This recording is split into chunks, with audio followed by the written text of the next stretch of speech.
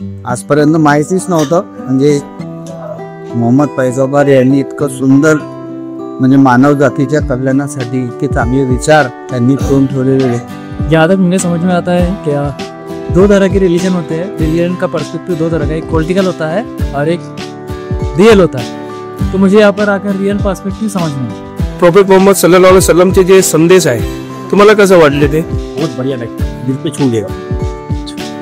भारतीय बौद्ध महासभा अकोला जिल्ह्याच्या वतीने धन्यवाद व्यक्त करतो, त्यांचं अभिनंदन करतोय की माणूस म्हणून आम्ही माणसाला माणसाच्या नजरेतून बघावं. हा मोहम्मद पैगंबरीचा संदेश अतिशय उपयुक्त ठरणार आहे अशी या ठिकाणी शब्द व्यक्त करतो आणि नमस्कार, मैं प्रियाद, आप देख रहे हैं ए विजन न्यूज. आइए बढ़ते हैं आज की बड़ी खबर की ओर.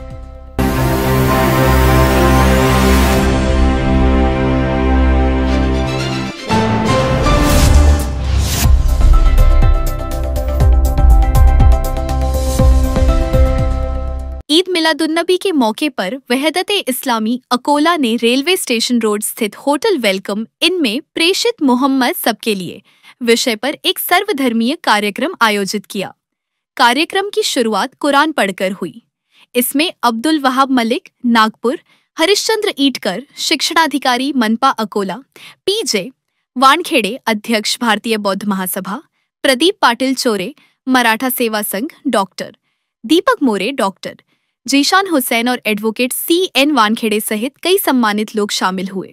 वक्ताओं ने कहा कि प्रेषित मोहम्मद ने मानवता, शिक्षा, महिलाओं का सम्मान, भ्रूण हत्या रोकने और न्याय के क्षेत्र में बड़ा योगदान दिया. अध्यक्षीय भाषण में अब्दुल वहाब मलिक ने कहा कि उनकी शिक्षाओं को अपनाकर एक सभ्य, समान, दयालु और न्यायप्रिय समाज बनाया जा सकता है. इस कार्यक्रम की सफलता में वहदत-ए-इस्लामी अकोला के कार्यकर्ताओं का खास योगदान रहा. आज जगाकडे जर आम्ही नजर टाकली तर आम्हाला कळेल की जग हे पतनाच्या एका खड्ड्यामध्ये पडत आहेत, खाईमध्ये पडत आहेत.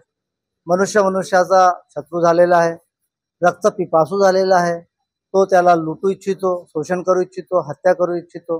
त्याचे भरपूर दाखले आपल्याला राष्ट्रीय आणि आंतरराष्ट्रीय स्तरावर दिसतील. अशा काळामध्ये भूतकाळामध्ये काही घटना होत्या का, त्या घटनाचा मग जे आहे समस्याचं निवारण कसं झालेलं आहे याचा जर सखोल अभ्यास केला तर आपल्याला वेगवेगळ्या काळामध्ये वेगवेगळे लोक आलेले आहेत आणि त्यांनी मानवाच्या कल्याणाकरिता काही सूत्र सांगितले आहेत, काही नियम सांगितले आहेत.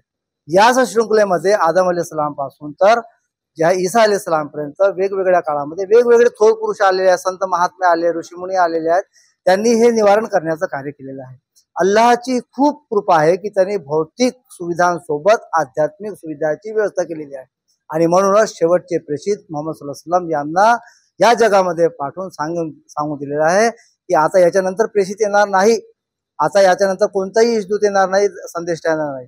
मोहम्मद सल्लल्लाहु अलैहि वसल्लम हे अंतिम प्रेषित आहे आणि जगाच्या प्रत्येक व्यक्तीला जर काही आपल्या समस्याचं निवारण करायचं असेल तर त्या व्यक्तीला प्रेषितांचं जीवन समजून घेणे, वाचणे, अंगीकार करणे आणि त्याच्या अनुसार चालणे हे जर त्यांनी जर केलं तर तो आपल्या समस्यांचं निवारण करू शकते.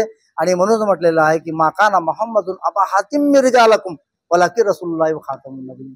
सांगितलं हे लोक लक्षात घ्या, मोहम्मद सल्लल्लाहु अलैहि वसल्लम जे आहे प्रेषित हे तुमचे बाप नाहीत, तुमचे या जगातील फादर नाहीत, ते आमचे अंतिम प्रेषित आहेत आणि त्यांची कास धरा, त्यांच्या शिकवणीची कास धरा, त्यांच्या ज्या काही कथन आहेत त्यांची कास धरा आणि तुमचं कल्याण करून टाका. आणि म्हणूनच आमचे सर्व बांधव जे आदमचे लेकर आहेत, आदमपासून आमची उत्पत्ती झालेली आहे, सर्वांचे आई वडील एक आहेत, सर्वांचे रंग, त्यांची भाषा, त्यांचं राहणीमान, त्यांचं भौगोलिक प्रदेश जरी वेगळा असेल तरी आमचे ते भाऊ आहेत, बंधू आहेत, भगिनी आहेत, बहिणी आहेत आणि त्यांचं कल्याण होणं, त्यांचं कल्याण या जगामध्ये झालंच पाहिजे, त्यांचं जीवन चांगलं झालं पाहिजे. यासाठी अशा प्रकारच्या कार्यक्रमातून प्रेषितांनी मानव जातीला काय दिलेलं आहे हे या कार्यक्रमाच्या माध्यमातून सांगण्यात आलेलं आहे.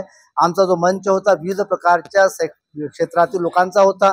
याच्यामध्ये शैक्षणिक क्षेत्र होतं, याच्यामध्ये आरोग्य क्षेत्र होतं, याच्यामध्ये विधी क्षेत्र होतं, वेगवेगळे क्षेत्र होते. ते सर्व मान्यवरांनी आपले विचार मांडलेले आहेत आणि या सर्व कार्यक्रमाच्या माध्यमातून आम्ही एकच जे आहे त्यांच्याकडे आव्हान केलेलं आहे की प्रेषितांच्या जीवनावर एक तरी पुस्तक वाचून पहा, कदाचित आमचं जीवन बदलवायला तेच कारणीभूत ठरेल.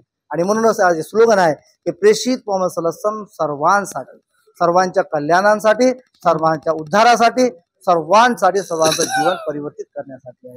हेच या कार्यक्रमाच्या माध्यमातून सांगण्यात आलेलं आहे.